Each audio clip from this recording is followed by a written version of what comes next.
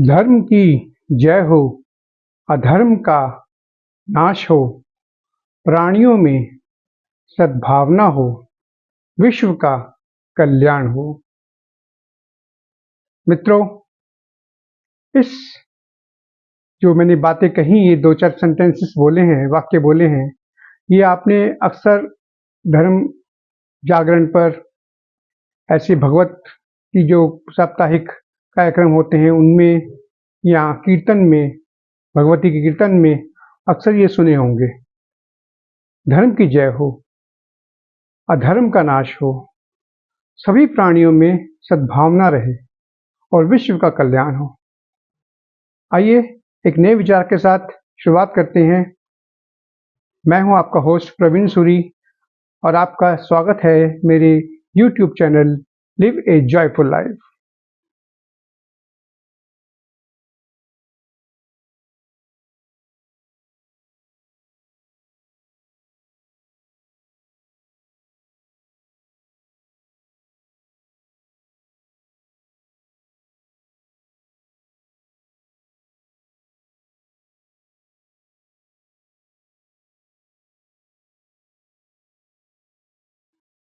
जैसा कि मैंने पहले कहा, एक हिंदू धर्म ही ऐसा धर्म है जिसमें हम न सिर्फ अपने धर्म की बाकी विश्व कल्याण की बात करते हैं।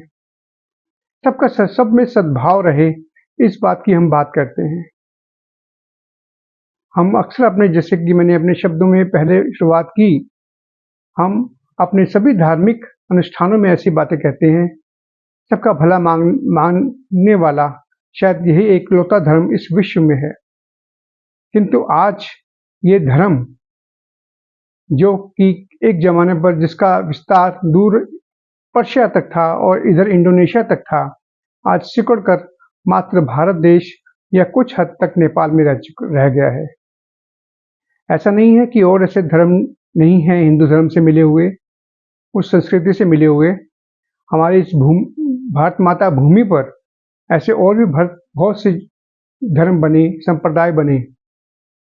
बौद्ध धर्म, जैन धर्म, सिख धर्म, ऐसे बहुत से धर्म हैं जिनका उद्गम हमारी इस पावन धरती पर हुआ। किंतु क्या आज कारण हो रहे हैं कि हम अपने ही धर्म से विमुक्त होते जा रहे हैं। आज हमारा जो हिंदुत्व है वह दिन ब दिन नाश हो जा रहा है और यही विषय है आज के मेरे टॉपिक का।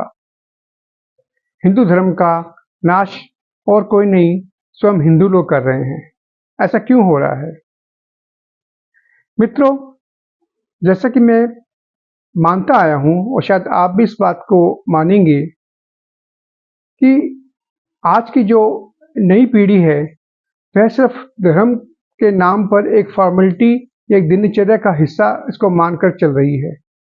हमें अपने धर्म के प्रति जितना आदर होना चाहिए या जितना हमें उसके लिए समय देना चाहिए, हम नहीं दे पाते हैं या नहीं दे रहे हैं।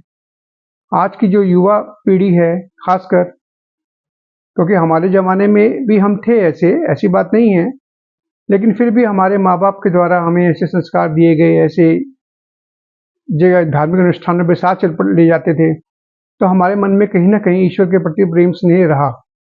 किंतु आज के जो भौतिकवादी युग चल रहा है, जिसमें कि जो ऐश्वर्य की चीजें हैं हमें बहुत जल्दी अट्रैक्ट कर रही हैं, उस भाग दौड़ में कहीं हम अपने जो मूल धर्म है, जो मूल हमारा संप्रदाय है, जो मूल हमारा जीवन जीने की शैली है, हिंदुत्व, उसको हम पीछे छोड़ते जा रहे हैं। हम सिर्फ फॉर्मेलिटी करते हैं। अच्छा, जाने से पहले भगवान को जय कर देना, फटाफट गए, जूते उतारे, फटाफट जय किया और चल पड़े। हमारे पास 5 मिनट का समय भी नहीं है कि हम शांतिपूर्वक मन से अपने ईश्वर को याद कर सके। कहीं ना कहीं ये हमारी जनरेशन की भी गलती है जो हमने आगे संस्कार दिए नहीं, और जिसकी वजह से ये दिन ब दिन कमजोर होता जा रहा है। मेरा एक मानना और भी है कि इसमें बहुत सारा कारण जो आज के जो कथाकार हैं उनका भी है। देखिए, किसी भी धर्म को फलने फूलने के लिए ये बहुत जरूरी है कि जो उसके धार्मिक जो उनके नेता हैं या जो उनको ले जाने की जिनके पास दायित्व है, जैसे कि ब्राह्मण हैं, कथाकार हैं, हिंदुत्व के बारे में बात कर रहा हूँ मैं यहाँ पर। दूसरे धर्म में भी ऐसे होते हैं, ग्रंथी होते हैं, ऐसे धर्माचार्य होते हैं जो कि समय समय पर अपने धर्म की बात करके लोगों तक अपनी बात को पहुंचाते हैं। अब जो हमारे हिंदू धर्म में जितने भी कथाकार मैंने सुने हैं आज तक, एक दो को छोड़ दें, दो चार को छोड़ दें, तो मैंने ये पाया है कि वह जो एक साप्ताहिक भगवत का जो कीर्तन करते हैं, अक्सर उनमें कुछ तो महाशय ऐसे हैं जो व्यास पीठ पर बैठकर मौला मौला जपते हैं और हम लोग चुपचाप बैठ इसको देख रहे हैं। क्या कहीं भी किसी भी हमारे धर्म ग्रंथ में, किसी भी पुराण में कहीं भी ऐसी कोई जिक्र है? ठीक है, हम अहिंसावादी हैं, हम सबको अपना धर्म मानने की छूट देते हैं, सब अपना अपना धार्मिक माने, लेकिन व्यास पूजा पर बैठकर जहाँ श्रीमद् भगवत गीता की बात भी होती है, श्री कृष्ण भगवान के जन्म से लेकर उनकी जितनी भी उन्होंने कार्यकलाप किए उसके बारे में बात होती है, वहाँ पर मौला मौला जाप करवा रहे हैं। ये कहाँ का न्याय है? ऐसे ही बहुत से कथाकार मैंने देखे हैं, वो क्या करते हैं, स्त्रियों को बस उनको डांस करवाना है। किस नाम पर? कृष्ण भगवान की रासलीला के नाम पर। मुझे एक बात बताइए कि जो कृष्ण को हम भगवान को जो हम पूछते हैं, जो हमको अपने भगवान मानते हैं, या श्री राम को हम भगवान मानते हैं, क्या सिर्फ उनका अस्तित्व सिर्फ यहीं तक था कि उन्होंने अपने जीवन में बाल रूप में क्या कार्य किए? कृष्ण भगवान ने बाल रूप में बहुत से कार्य किए, पूतना का वध भी किया और बाल रूप में अपने अत्याचारी कंस मामा को भी उन्होंने मुक्त किया। लेकिन क्या उनका बाल रूप भी हमारे जीवन का एक दिखाने के लिए एक सही मार्ग है? उन्होंने अपने जीवन में और कितने कार्य किए, एक कितनी बड़ी उन्होंने एक अपनी बहन की रक्षा हेतु जब उनकी लाश की रक्षा करनी थी तो कृष्ण भगवान ने क्या कार्य किए? बड़े होकर अर्जुन के साथ मित्र बनकर उन्होंने श्रीमद् भगवत गीता का पाठ सबको दिया, जो संजय के माध्यम से हम सब तक पहुंचा, जिसमें कर्म क्षेत्र की बात की गई, जिसमें यह भी कहा गया कि सामने वाला जो धर्म के अनुरूप ना हो, चाहे वो आपका भाई हो, चाहे आपका चाचा हो, मामा हो, ताया हो, दादा हो, कोई भी रिश्तेदार हो, अगर वो धर्म के मार्ग पर अग्रसर नहीं है तो उसको भी मारना, उसका भी अंत करना धर्म के अनुकूल ही है। ये बातें हम क्यों नहीं बताते हैं? हम सिर्फ उनको नृत्य के लिए प्रोत्साहित करते हैं। भगवान की रासलीला चल रही है जी, आप गोपियां बन गई हैं और आप भगवान के सामने नृत्य कर रही हैं। ठीक है, भाव विहेल होके भगवान के प्रति आपको नृत्य आता है, कोई बुराई नहीं है इसमें, लेकिन ये जो कथाकार हैं सिर्फ अपनी जो बात को वहीं पर केंद्रित ज्यादा करते हैं। मैंने नहीं ऐसी कोई कथाकार देखा जिन्होंने श्रीमद् भगवत गीता के ऊपर इतना फोकस रखा हो। रोज कोई ना कोई ऐसी बात होगी जिसमें जो स्त्रियां भी हैं, मैं क्या कहूँ अब उनके बारे में, उनकी भी अपनी कमी है, जो कुछ टोकते नहीं है, कुछ बोलते नहीं है, चुप रहते हैं, और अच्छा सच सवर के आना और वहां पे डांस करना और बाद में कहना बड़ा अच्छा आनंद आया, बड़ा आनंद आया। आनंद वो है ही नहीं, वो किस आनंद की तरफ भाग रहे हैं आप लोग? वो आनंद है ही नहीं।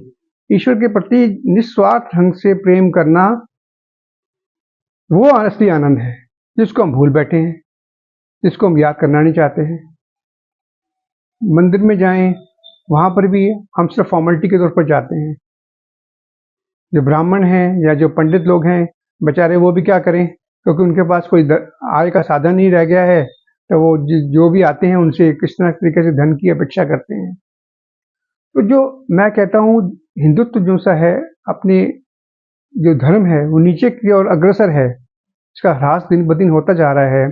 तो मैं ये कहना चाहता हूँ कि इसके लिए जिम्मेदार कौन है और इसके लिए क्या हमें रेक्टिफाई कर सकते हैं। जिम्मेदारी हम सबको लेनी पड़ेगी, क्योंकि आने वाले 50-100 सालों में शायद हम बिल्कुल ही खत्म हो जाएं। खत्म होने की हम राह पर चल चुके हैं, तो ये जरूरी है क्या करें, कम से कम अपने घर में बैठकर, अपने बच्चों के साथ बैठकर कभी भी मौका मिले, चाहे हफ्ते में एक बार मौका मिले, धर्म के बारे में चर्चा करना।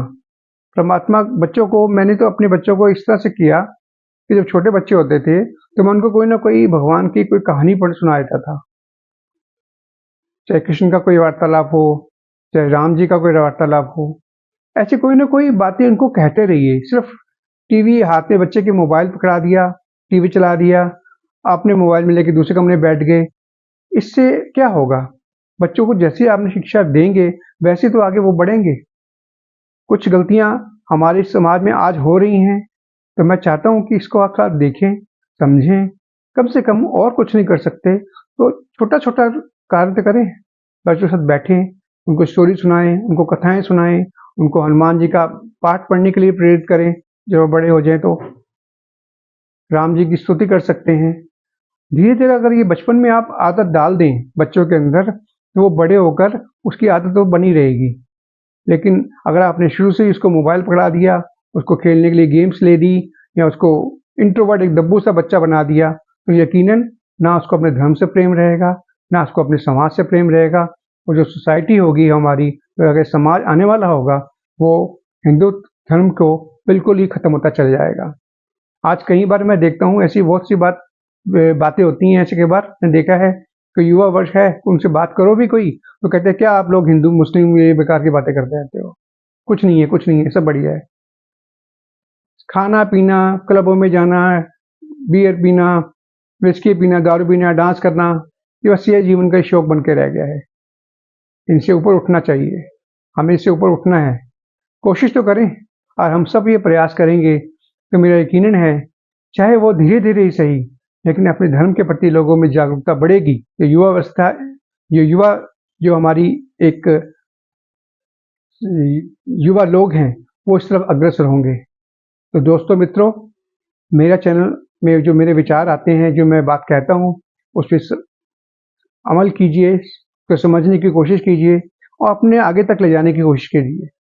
आपको मेरी बात अच्छी लगती हो तो ये अपने कमेंट्स से कुछ बात कह भी सकते हैं, या मुझसे कुछ चाहते हैं, या कुछ किसी और विषय पे आप कोई बात करना चाहते हैं तो जरूर मुझे बताइए। चैनल को आप सब्सक्राइब कीजिए, लाइक कीजिए, और अपने मित्रों दोस्तों में शेयर अवश्य जरूर कीजिए। शेयर करने से ही बात आगे बढ़ती है। हम किसी बात को सिर्फ एक बार देख लें, हाँ सुन लिया, उसके बाद हम भूल जाते हैं। शेयर करने से बात को आगे बढ़ती है। आगे बढ़ने से धीरे धीरे लोगों में जागरूकता आती है।